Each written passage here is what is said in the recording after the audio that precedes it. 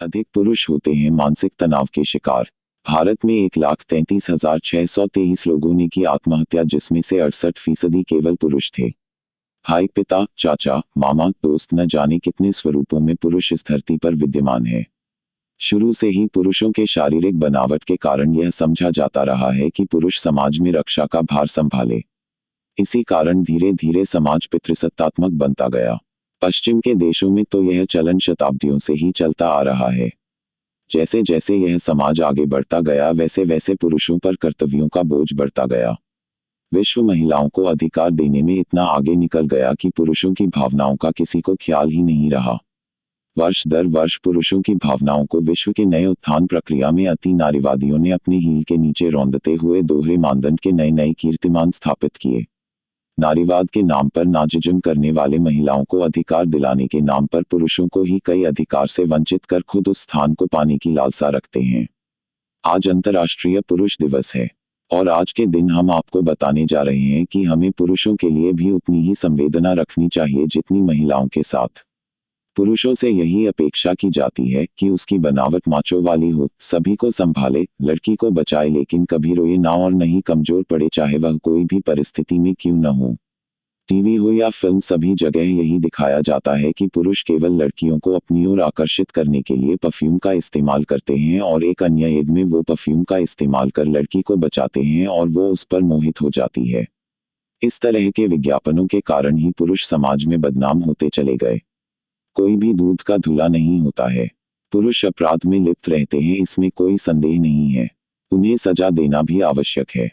ऐसे ही महिलाओं के खिलाफ भी अपराध होते हैं। इस केस में भी अपराधी को कड़ी से कड़ी सजा मिलनी चाहिए, लेकिन समाज के सभी पुरुष को आतंकित करना कहाँ का न्याय है। न्यायिक तंत्र का एक मूल सिद्धांत होता है कि जब तक किसी आरोपी पर दोष साबित नहीं होते हैं तो उसे पूरी तरह बेकसूर माना जाता है। ऐसे में जब यौन उत्पीड़न के मामले में पुरुष अपराधी होता है तो उसकी पहचान से लेकर उसकी जीवनी को जनता के सामने रख दिया जाता है। हद तो तब हो जाती है जब टीआरपी की भूखी देश की एजेंडावादी मीडिया अपने हित के लिए इसका इस्तेमाल करती है। लेकिन जब उस पुरुष की बजाय आरोप लगाने वाली महिला ही दोषी साबित होती है, तब सभी के मुंह पर ताला लग जाता है। यहाँ तक कि हमारा कानून भी महिला की पहचान को छुपाता है ताकि महिला के सम्मान पर कोई आंच न आए। अब सवाल यह है कि क्या पुरुषों का कोई आत्मसम्मान नहीं होता? क्या उन्हें समाज के ताने सुनने को नहीं मिलते? जब तक आरोप साबित न हो तब तक क्यों किसी पुरुष की पहचान को सभी के सामने खोलकर रख दिया जाता है, लेकिन अगर कोई महिला दोषी हो तो उसकी पहचान को छुपा दिया जाता है। अभिनेता करण ओबरॉय पर लगे कथित रेप के मामले में भी हमें कुछ ऐसा ही देखने को मिला था। आईपीसी की धारा 228 ए के मुताबिक अगर कोई महिला किसी व्यक्ति पर यौन उत्पीड़न का आरोप लगाती है तो उसकी पहचान को उजागर नहीं किया जाएगा। यही कारण है कि महिलाएं पुरुषों पर बेबुनियाद आरोप लगा देती हैं और अगर आरोप झूठे सिद्ध भी हो जाए तो भी महिलाओं को आज़ादी से घूमने की आज़ादी रहती है, लेकिन पुरुषों को सारी उम्र समाज की घृणा का शिकार होना पड़ता है। वर्ष 2014 में दिल्ली महिला आयोग द्वारा प्रकाशित एक रिपोर्ट के मुताबिक दिल्ली में यौन उत्पीड़न के फाइल होने वाले 53% केस झूठे होते हैं। वर्ष 2012 के निर्भया रेप केस के बाद देश की संसद पर यौन शोषण और रेप के खिलाफ कड़े कानून बनाने का दबाव बना और तब आईपीसी, एविडेंस एक्ट, दंड प्रक्रिया संहिता जैसे कानूनों में बड़े बदलाव किए गए। उस समय कानून की धारा 354 आईपीसी में बदलाव करके 4 भाग बनाए गए, जो कि आईपीसी की धारा 354 ए, 354 बी, 354 सी और 354 डी है। महिलाओं के साथ छेड़छाड़ के कानून में बदलाव के बाद महिलाओं के लिए पुरुषों के खिलाफ यौन उत्पीड़न का मामला दर्ज करना आसान हो गया। चूंकि इस नियम के तहत महिलाओं की पहचान को उजागर नहीं किया जाता है। वास्तव में इन बदलावों में बलात्कार की परिभाषा को विस्तृत रूप देना और रेप के मामलों में न्यायाधीशों को असहमति की धारणा बनाने की शक्ति देना शामिल था। सिर्फ यौन उत्पीड़न ही नहीं और इनसे जुड़ी कानून की धाराओं 376 बलात्कार व 498 ए दहेज उत्पीड़न को कुछ महिलाएं हथियार की तरह इस्तेमाल कर रही हैं। एक अध्ययन के अनुसार 52.4% पुरुषों ने लिंग आधारित हिंसा का अनुभव किया।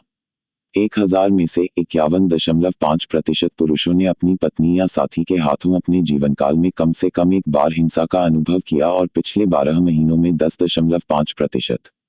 शारीरिक हिंसा 6% के बाद सबसे आम भावनात्मक हिंसा 51.6% थी।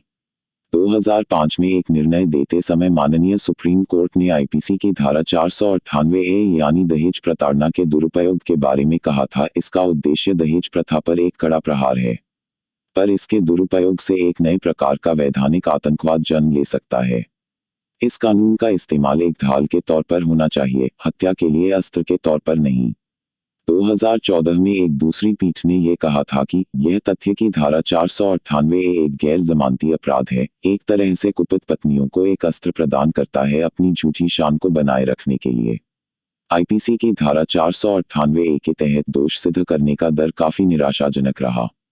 सच कहूं तो आज समाज में कानून का गलत इस्तेमाल कुछ महिलाएं और लड़कियां व्यक्तिगत दुश्मनी या सबक सिखाने के लिए कर रही हैं। इसकी वजह से बेगुनाहों को बिना किसी गुनाह की सजा काटनी पड़ रही है। भारतीय दंड संहिता यानी आईपीसी की धारा 375 में केवल पुरुष द्वारा महिलाओं के साथ बलात्कार करने की घटनाओं के बारे में बताया गया है। इसमें पुरुष पीड़ितों के लिए कोई जगह नहीं है। हालांकि दोनों लिंगों के बच्चों को यौन अपराधों से बच्चों के संरक्षण अधिनियम 2012 द्वारा कवर किया गया है। इसका तो यही मतलब है कि पुरुष और महिलाओं के लिए बनाए गए कानून समान नहीं है बल्कि लिंगभेदी हैं। ऐसे पक्षपाती व्यवहार को देश में बदलने की जरूरत है।